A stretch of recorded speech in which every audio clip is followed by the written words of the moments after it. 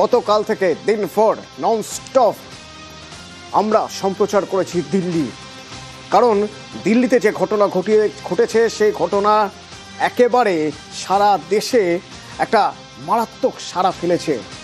মানুষ নিরাপত্তা নিয়ে প্রশ্ন তুলছে যে হাই সিকিউরিটি জোনে যদি এই ঘটনা ঘটে তাহলে কোথায় নিরাপত্তা?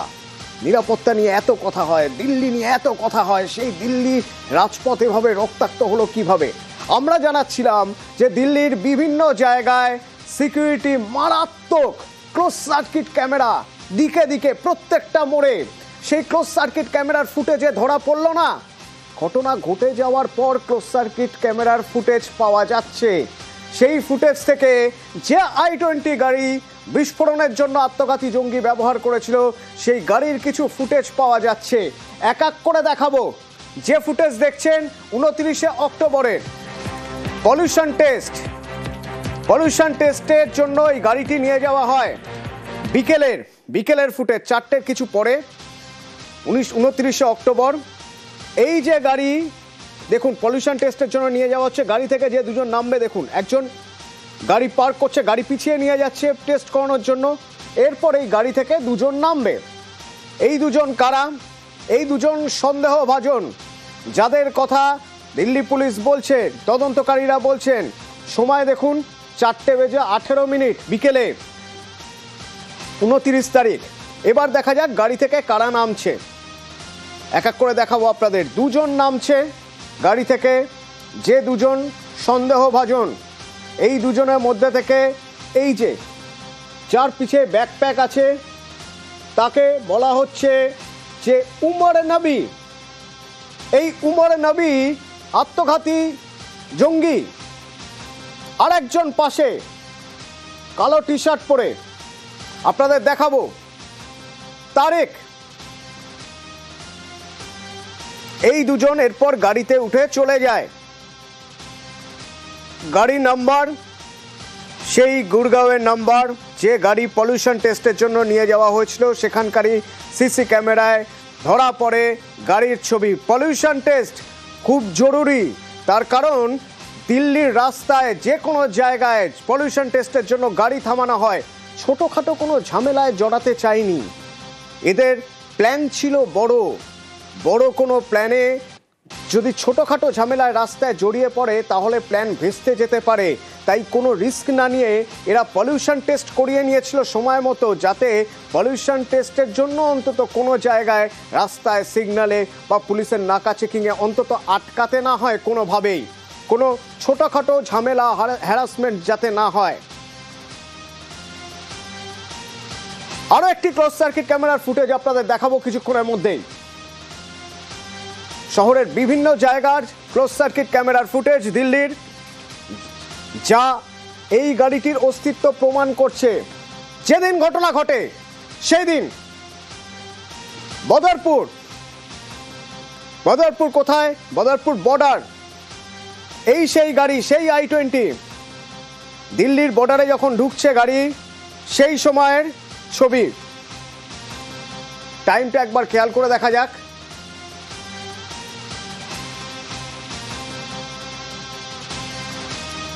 এই গাড়ি যখন এই ছবিটা আপনারা যে ফুটেজ দেখছেন, এই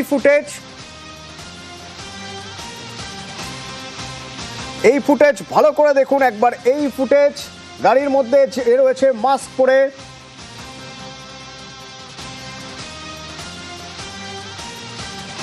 HR 26C7674।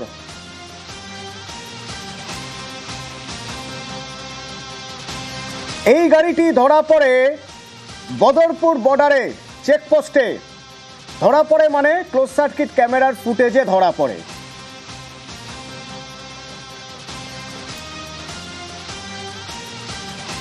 বদরপুর থেকে আউটার রিং রোড হয়ে লালকেল্লার কাছে পৌঁছেছিল এই গাড়িটি।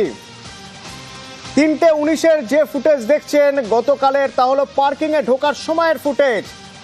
এবার তার আগের ছবি দেখাবো, বদরপুর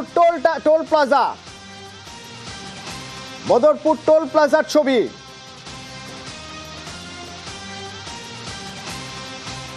বদরপুর টোল প্লাজার ছবি আপনাদের দেখাবো, যেখানে সেই মাস্ক পরা উমারকেই দেখা যায়।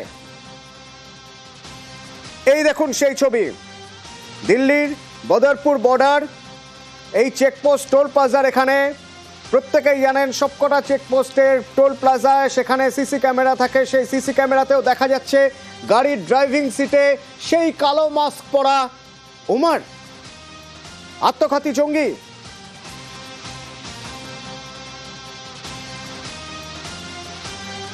এখান থেকে সকাল 8টা 13 থেকে 7 ঘন্টা লাগার কথা নয়। এই বদরপুর বর্ডার থেকে আউটার রিং রোড হয়ে গাড়ি চলে যায় লালকেল্লার কাছে, ওল্ড দিল্লিতে লালকেল্লার কাছে সেখানের পার্কিংয়ে। সেই পার্কিংয়ে 3 ঘন্টা গাড়ি ছিল। 3 ঘন্টা পর সেখান থেকে গাড়ি বেরোয়, সিগনালে যায় ধীরে ধীরে, তারপরেই বিস্ফোরণ। কিন্তু যে পার্কিংয়ে এই গাড়ি ছিল 3 ঘন্টা, সেই পার্কিংয়ে যখন গাড়ি রাখা ছিল, ওই কালো মাস্ক পরে যাকে দেখতে পাচ্ছেন আপনারা, গাড়ির মধ্যেই ছিল। 3 ঘন্টা পার্কিংয়ে গাড়ির মধ্যেই চালক আত্মঘাতী জঙ্গি। একবারের জন্য বেরোয়নি, পার্কিংয়ে রয়েছে গাড়ি, ড্রাইভার গাড়ি থেকে বেরোচ্ছে না একবারও, কেউ গিয়ে একবারও জিজ্ঞাসাবাদ পর্যন্ত করেনি। সেই পার্কিংয়ের জায়গা থেকেই আজ সকাল থেকে আমার সহকর্মী মৈত্রী সেই পার্কিংয়ের জায়গার ছবি তুলে ধরছেন। একবার তার মাধ্যমে দেখে নেব, তার পাঠানো ছবির মাধ্যমে এই পার্কিংয়ের ছবি একবার দেখে নেব, যেখানে গতকাল 3 ঘন্টা এই গাড়ি পার্ক করে রাখা ছিল। HR 26CE 7674 ঘাতক গাড়ি, যে গাড়ি এই পার্কিংয়েই এখানে দাঁড়িয়েছিল। 3:19 নাগাদ আসে। 3 ঘন্টারও বেশি সময় এইখানেই কিন্তু যে নাশকতার পেছনে যুক্ত যে জঙ্গি সে লুকিয়েছিল, সে এখানে বসেছিল। यहाँ पे घंटों तक गाड़ियाँ रहती है, आप लोग चेक वगैरह करते हैं? जी, चेकिंग के लिए तो पार्किंग वाले के अंदर है, वो पार्किंग वाले जानेंगे। आपने देखा है कभी 3-4 घंटे तक गाड़ियाँ रहती है यहाँ? मैं पार्किंग के अंदर मैं नहीं जाता हूँ, क्यों तो उसके पार्किंग वाले के अंदर है गाड़ी। अगर कोई ड्राइवर अंदर लाके गाड़ी बैठे भी रहे तो कोई चेकिंग वगैरह कभी होती है? उसके अंदर हम नहीं गए, वो नहीं जानते मैडम। तो मंडे को बंद रहता है ना? इसकी जानकारी आपको पार्किंग वाले से लेना होगा मैडम जी। इसकी जानकारी कोई बिजनेस की वजह से खुला रहता है, कोई चिट्ठी दी गई है? इसकी जानकारी हमारे पास नहीं है, सॉरी। अच्छा, अभी पुलिस आके कुछ तहकीकात करके गई है यहाँ पे? सील पुलिस वाले सारे आके रात में तहकीकात करके गए, पूरा सर्चिंग करके गए हैं। এখনো পর্যন্ত তদন্তকারীদের সন্দেহ সেই উমর মোহাম্মদ গাড়ি নিয়ে এই রাস্তা দিয়েই সে হয়তো এসেছিল এবং আসার পর এই পার্কিংয়ে প্রায় 3 ঘন্টারও বেশি সময়, 6:30টারও বেশি সময় পর্যন্ত ভেতরে থাকে। যেটা প্রশ্ন দুটো, এক, লালকেল্লা বন্ধ থাকার পরেও কেন লালকেল্লার এই পার্কিং খোলা ছিল? এখানকার যারা স্থানীয়রা রয়েছেন তারা বলছেন যে চাঁদনি চকের যারা ব্যবসায়ী সমিতি রয়েছেন তাদের চিঠি, তাদের অনুরোধে এই পার্কিং খোলা থাকতো এবং সেখানে গাড়ি ঘন্টার পর ঘন্টা রাখা থাকতো। চেকিং কি হতো? যারা নিরাপত্তা কর্মীরা রয়েছেন তারা বলছেন যে এটা পার্কিংয়ের ভেতরের ব্যাপার, পার্কিংয়ের ভেতরে যারা রয়েছেন এটা তাদের দেখার কথা, এখানে তারা দেখতেন না। ফলে এখানেই প্রশ্ন উঠছে যে 3 ঘন্টা ড্রাইভার সহ একজন এখানে গাড়ি নিয়ে বসে রইল, কিন্তু কিভাবে কোনো সিকিউরিটি এজেন্সি বা পার্কিংয়ের যারা দায়িত্বে রয়েছেন কারোর নজরে কিভাবে পড়লো না? বিষয়টা নজরে পড়লে কি এত বড় বিপর্যয়কে এড়ানো যেত? সেই প্রশ্নটা উঠছেই। ক্যামেরা পার্সন আপু পাঠকের সঙ্গে মৈত্রী ভট্টাচার্য, নিউজ 18 বাংলা, নয়াদিল্লি। পার্কিং থেকে কিছুটা দূরে এগিয়ে সেন্ট্রাল দিল্লির দিকে যদি যেতে যান তাহলে আপনি সিগন্যাল পাবেন। ধীরে ধীরে গাড়িটা সেই সিগন্যালের কাছে যায় এবং সেখানে গিয়ে সিগন্যাল ছাড়ার আগে যখন সব গাড়ি দাঁড়িয়ে রয়েছে, যদি বেশি পরিমাণে ক্ষতি করতে হয় তাহলে গাড়িগুলো দাঁড়িয়ে আছে তার মাঝখানে ব্লাস্ট করানোই উচিত। তো সেই কাজই করেছে এই আত্মঘাতী জঙ্গি। এই পার্কিংয়ের এইখানে, ঠিক পার্কিং থেকে বেরিয়ে এই সিগন্যালের এইখানে গাড়ি দাঁড়িয়ে রয়েছে, আস্তে আস্তে গাড়ি সিগন্যালের কাছে যাচ্ছে, তারপরেই ব্লাস্ট। তখনই কিন্তু ক্যামেরা ধরা পড়ে ওই কালো মাস্ক পরা আত্মঘাতী জঙ্গি। তো আমরা যদি একটু দূর থেকে, মানে লং শটে আমরা ওই জায়গার ছবিটা একবার বোঝার চেষ্টা করি যে ঠিক কোন জায়গায় এ ঘটনা ঘটেছিল। এক পাশে মেট্রো স্টেশন, আরেক পাশে লালকেল্লা, কিছু দূরে জামা মসজিদ, চাঁদনি চক, ঠিক কোন জায়গায় আমরা যদি একটু লং শটে দেখার চেষ্টা করি, আমার সহকর্মী স্বপ্না সেই ছবিও তুলে ধরেছে। तो हम इस वक्त उस जगह पर मौजूद है जहां पर ब्लास्ट कल हुआ था। देखिए आप, मैं आपको तस्वीरें दिखा रही हूँ। ये देखिए यहीं पर ब्लास्ट हुआ था। फॉरेंसिक टीम आप मेरे पीछे देख सकते हैं। ये देखिए वो फॉरेंसिक टीम आपको नजर आएगी। ये देखिए फॉरेंसिक टीम जो सभी साक्ष्यों को यहाँ पर खंगाल रही है, क्योंकि जैसा गृहमंत्री की ओर से कहा गया कि जरूरी है कि हर एक एंगल से जांच की जाए। जो व्हाइट कोट में आपको लोग दिखाई दे रहे हैं, ये फॉरेंसिक टीम से जुड़े हुए लोग हैं जो सभी साक्ष्यों को वहां से इकट्ठा कर रहे हैं। उसके बाद क्या हुआ, कैसे हुआ, देखिए कैमरामैन भी वहां पर है, जो फॉरेंसिक टीम के कैमरामैन होते हैं जो वहां पर सभी फोटोज को कैप्चर करेंगे। तो ये देखिए तस्वीरें आप देखिए, यहाँ पर ये वो जगह है, यही वो जगह है जहाँ पर पूरा का पूरा कल ब्लास्ट हुआ था। भागीरथ मार्केट इसी के ठीक सामने यहाँ पर ब्लास्ट हुआ। ये मेट्रो स्टेशन है, यही टीम है जो यहाँ पर पहुंची है, जो सभी साक्ष्यों को खंगालने का काम कर रही है।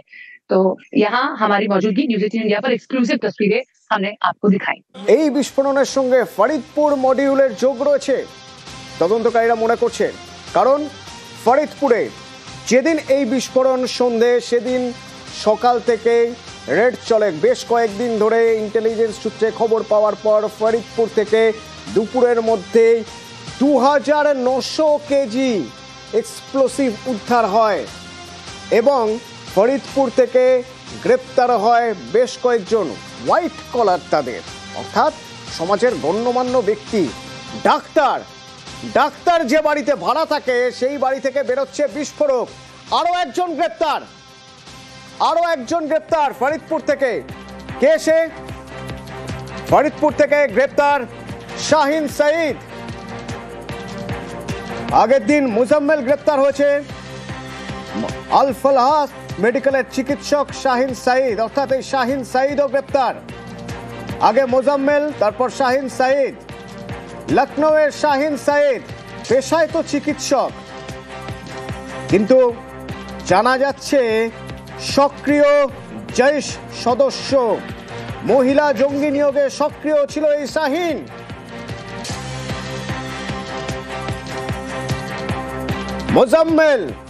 মুজাম্মেলের বাড়ির ছবি দেখাবো আপনাদের। এই বাড়ি থেকে মিলেছে বিস্ফোরক, প্রচুর পরিমাণ বিস্ফোরক, আগ্নেয়াস্ত্র।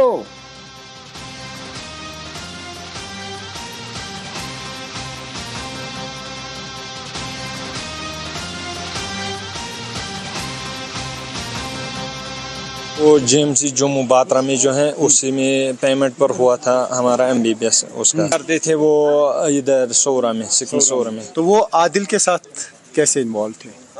जी सर, वो कांटेक्ट हमें कुछ पता नहीं है। हम पिछले 10 दिनों से पंथा चौक इधर जा रहे हैं थाने में, वो हमें मुलाकात भी नहीं दे रहे हैं, ना उससे मिलने दे रहे हैं, ना कुछ बता रहे हैं। जब वो ड्यूटी होता था सब कुछ, हम वीडियो कॉल्स वगैरह सब कुछ हर दिन कर रहे थे। फ्राइडे से पहले बात हुई थी उस शाम। फ्राइडे पुलिस कब आई यहाँ पे? पहले फ्राइडे से पहले एक दिन। तो क्या क्या पूछा आपसे? जी सर, उन्होंने मेरा फोन लिया। अच्छा, आपका फोन लिया, वापस मिला अभी? नहीं सर, नहीं।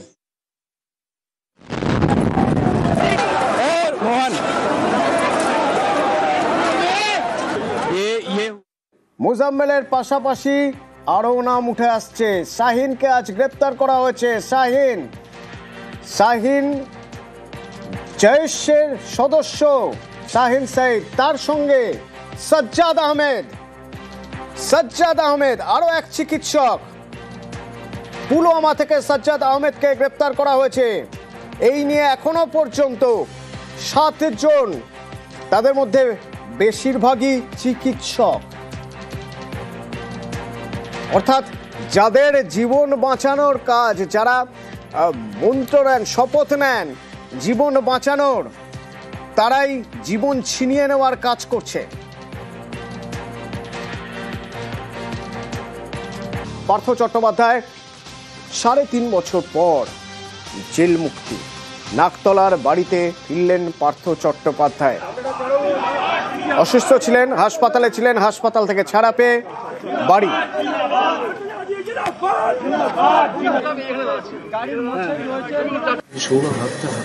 বাড়ির ভিতরের ছবি। পার্থ চট্টোপাধ্যায় 3.5 বছর পরে বাড়ি ফিরেছেন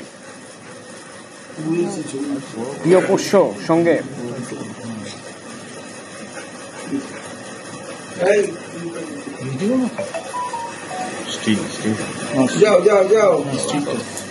রৌনক আছে আমার সঙ্গে। রৌনক, পার্থ চট্টোপাধ্যায় বাড়ি ফিরলেন 3.5 বছর পর। পাড়া প্রতিবেশীরা কে কি বলছে, বাড়ির লোক তাদের কি অনুভূতি, কি জানতে পারছি আমরা, কি দেখলে তুমি? দেখেন, একেবারে যখন পার্থ চট্টোপাধ্যায় বাড়ির ভিতরে প্রবেশ করেন, তার যারা আত্মীয় স্বজন এবং অনুগামীরা রয়েছেন তাদের ভিড় দেখার মতো ছিল এবং তাদের তরফ থেকে একটাই স্লোগান আসছিল যে বেহালা পশ্চিমে পার্থদাকেই চাই এবং পাড়ার ছেলে পাড়ায় ফিরলো। আমরা দেখলাম যখন পার্থ চট্টোপাধ্যায় ঠিক 2টো নাগাদ বাইপাসের ধারে সেই বেসরকারি হাসপাতাল থেকে যখন বাড়ির উদ্দেশ্যে রওনা দেন, তিনি কিন্তু আবেগপ্রবণ হয়ে পড়ে, তিনি কেঁদেও ফেলেন এবং ঠিক একই ছবি দেখা গেল তার নাকতলার বাড়িতে। প্রায় 3.5 বছর পর আবারও সেই নাকতলার বাড়িতে ফিরলেন পার্থ চট্টোপাধ্যায়। তাকে ঘিরে অনুগামীদের যে ভিড়, সেই ভিড় কিন্তু দেখার মতো ছিল। এখনো বেশ কয়েকজন অনুগামী তার সঙ্গে দেখা করার জন্য সেই নাকতলার বাড়ির বাইরে দাঁড়িয়ে রয়েছেন এবং যখন তিনি ভেতরে প্রবেশ করছিলেন তাকে উদ্দেশ্য করে একটাই স্লোগান উঠছিল যে বেহালা পশ্চিমে আবার পার্থ দাকেই চাই। এবং পার্থ চট্টোপাধ্যায় যেই তো নাকতলার যে বাসিন্দা, সেক্ষেত্রে যারা আশেপাশের স্থানীয় এলাকা বাসিন্দারা রয়েছেন তারা কিন্তু বারংবার বললো যে পাড়ার ছেলে পাড়ায় ফিরছে, অর্থাৎ যে আবেগপ্রবণ মুহূর্ত, কেঁদে ফেলার যে চিত্র, তা কিন্তু বাড়ি ফেরার সময় পার্থ চট্টোপাধ্যায় চোখ মুখে ফুটেছিল।